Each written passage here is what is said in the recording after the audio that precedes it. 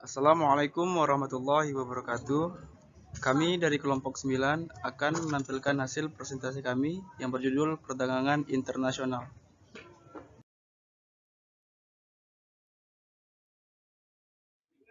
1. Pengertian perdagangan internasional. Perdagangan internasional adalah perdagangan yang dilakukan oleh penduduk suatu negara dengan penduduk negara lain atas dasar kesepakatan bersama. Penduduk yang dimaksud dapat berupa antar perorangan, individu dengan individu, antara individu dengan pemerintah suatu negara atau pemerintah suatu negara dengan pemerintah negara lain. Di banyak negara, perdagangan internasional menjadi salah satu faktor utama untuk meningkatkan GDP. Meskipun perdagangan internasional telah terjadi selama ribuan tahun, dampaknya terhadap kepentingan ekonomi, sosial, dan politik baru dirasakan beberapa abad belakangan. Perdagangan internasional pun turut mendorong industrialisasi, kemajuan, transportasi, globalisasi, dan kehadiran perusahaan multinasional. Kita masuk teori perdagangan internasional. Dalam teori perdagangan internasional, menurut Amir M.S., bila dibandingkan dengan pelaksanaan perdagangan di dalam negeri, perdagangan internasional sangatlah rumit dan kompleks. Kerumitan tersebut antara lain disebabkan karena adanya batas-batas politik dan kenegaraan yang dapat menghambat perdagangan, misalnya dengan adanya biaya tarif atau kuota barang impor.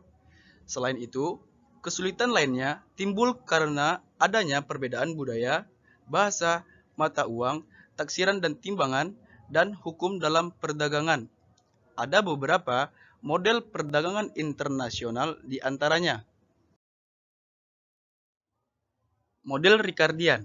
Menurut model Ricardian, memfokuskan pada kelebihan komparatif dan mungkin merupakan konsep paling penting dalam teori perdagangan internasional. Dalam sebuah model Ricardian, negara mengkhususkan dalam memproduksi apa yang mereka paling baik produksi. Tidak seperti model lainnya, rangka kerja model ini memprediksi di mana negara-negara akan menjadi spesialis secara penuh dibandingkan memproduksi bermacam barang komoditas. Juga, model Ricardian tidak secara langsung memasukkan faktor pendukung seperti jumlah relatif dari buruh dan modal dalam negara. Kita masuk ke dalam manfaat perdagangan internasional. Menurut Sadono Sukirno, manfaat perdagangan internasional adalah sebagai berikut. 1. Memperoleh barang yang tidak dapat diproduksi di negeri sendiri. Banyak faktor-faktor yang memengaruhi perbedaan hasil produksi di setiap negara. Faktor-faktor tersebut diantaranya kondisi geografi, iklim, tingkat penguasaan iptek, dan lain-lain. Dengan adanya perdagangan internasional, setiap negara mampu memenuhi kebutuhan yang tidak diproduksi sendiri. 2. Memperoleh keuntungan dari spesialisasi. Sebab utama kegiatan perdagangan luar negeri adalah untuk memperoleh keuntungan yang diwujudkan oleh spesialisasi. Walaupun suatu negara dapat memproduksi suatu barang yang sama jenisnya dengan yang diproduksi oleh negara lain, tapi ada kalanya lebih baik apabila negara tersebut mengimpor barang tersebut dari luar negeri. Untuk faktor pendorong terdiri dari 1. Untuk memenuhi kebutuhan barang dan jasa dalam negeri. 2. Keinginan memperoleh keuntungan dan meningkatkan pendapatan negara. 3. Adanya perbedaan kemampuan penguasaan ilmu pengetahuan dan teknologi dalam mengolah sumber daya ekonomi. 4.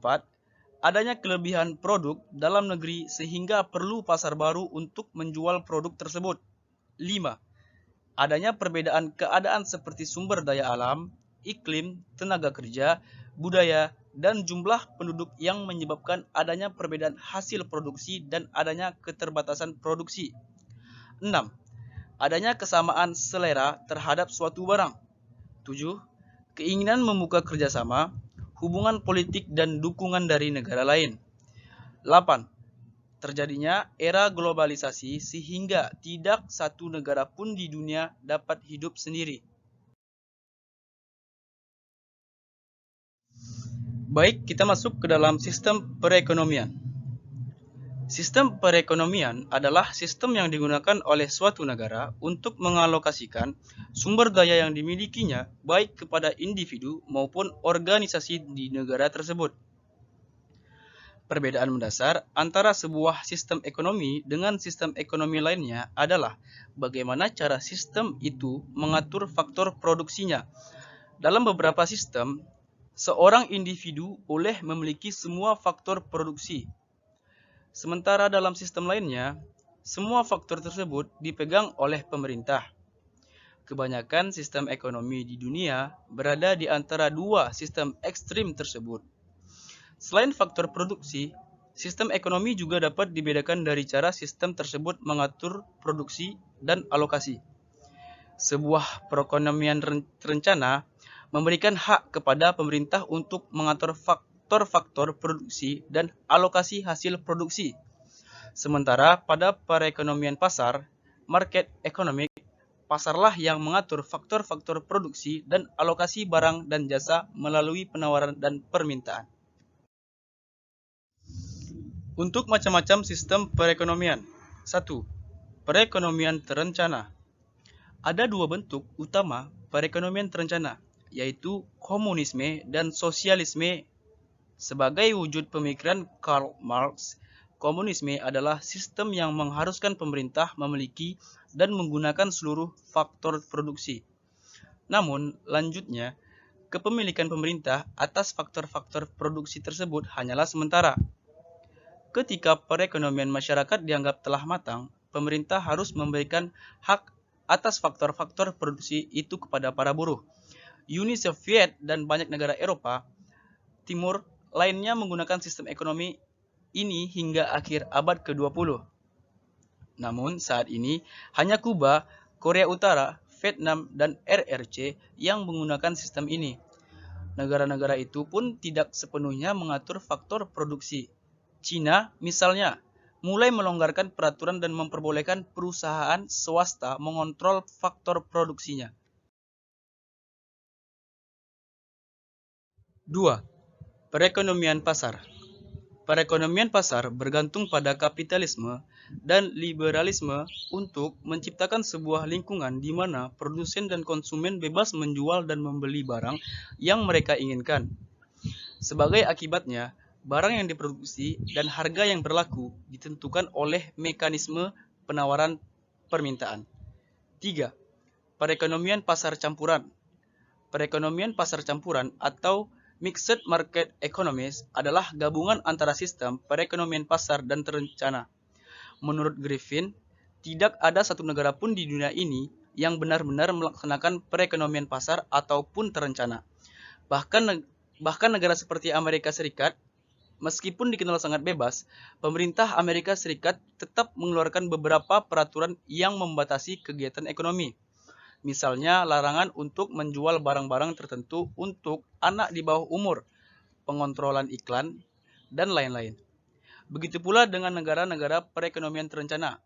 Saat ini, banyak negara-negara blok timur yang telah melakukan privatisasi, pengubahan status perusahaan pemerintah menjadi perusahaan swasta.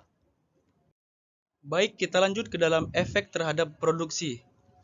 Perdagangan luar negeri mempunyai pengaruh yang kompleks terhadap sektor produksi di dalam negeri. Secara umum, kita bisa menyebutkan 4 macam pengaruh yang bekerja melalui adanya. 1. Spesialisasi produksi.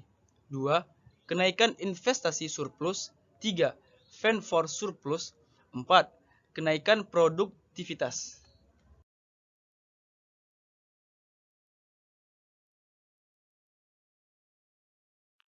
Sekian yang dapat kami sampaikan.